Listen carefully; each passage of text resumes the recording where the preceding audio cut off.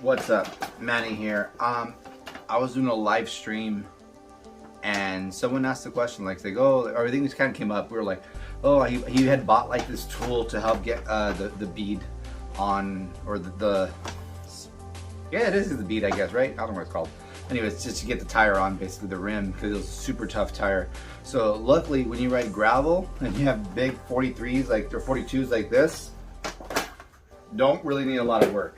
It's pretty easy to get that done. But the old Gatorskin, feared by many, loved by all. Well, I'm sure someone doesn't love it, right?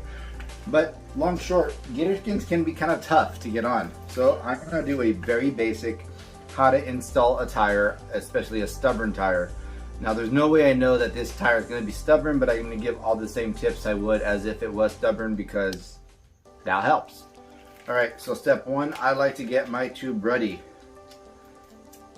Remove all the crap I don't need.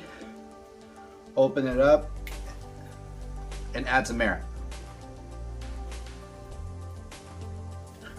I basically just want to have shape. So a little bit of shape. I don't need to be completely inflated or anything like that. I just need some shape.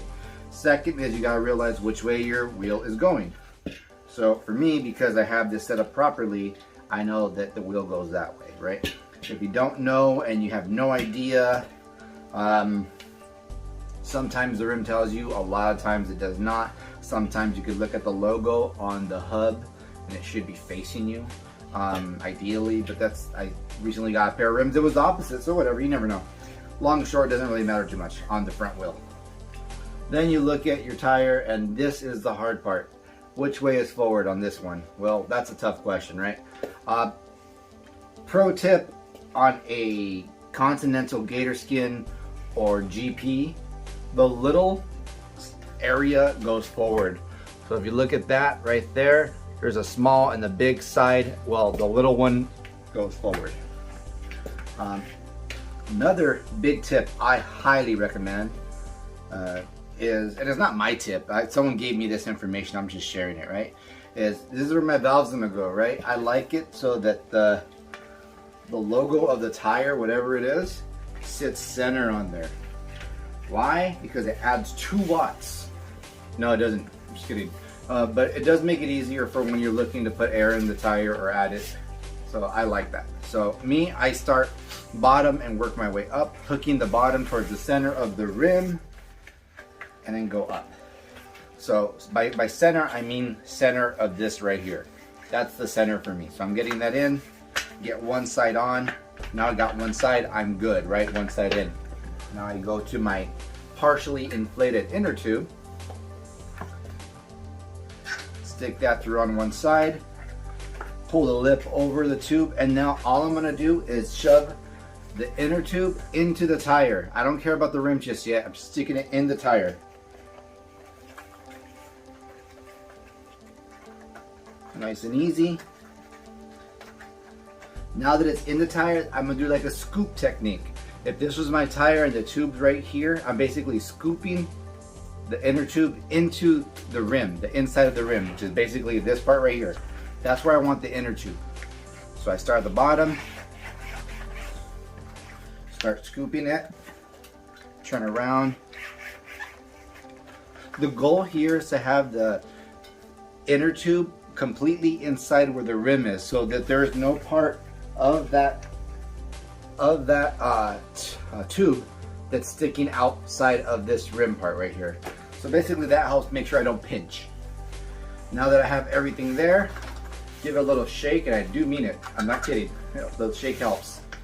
And then I start folding it in. I start in the bottom. The reason why I start in the bottom personally, and there was a guy I worked with named Paul who disagreed completely with me, and you know what? He was completely right for him, to be fair.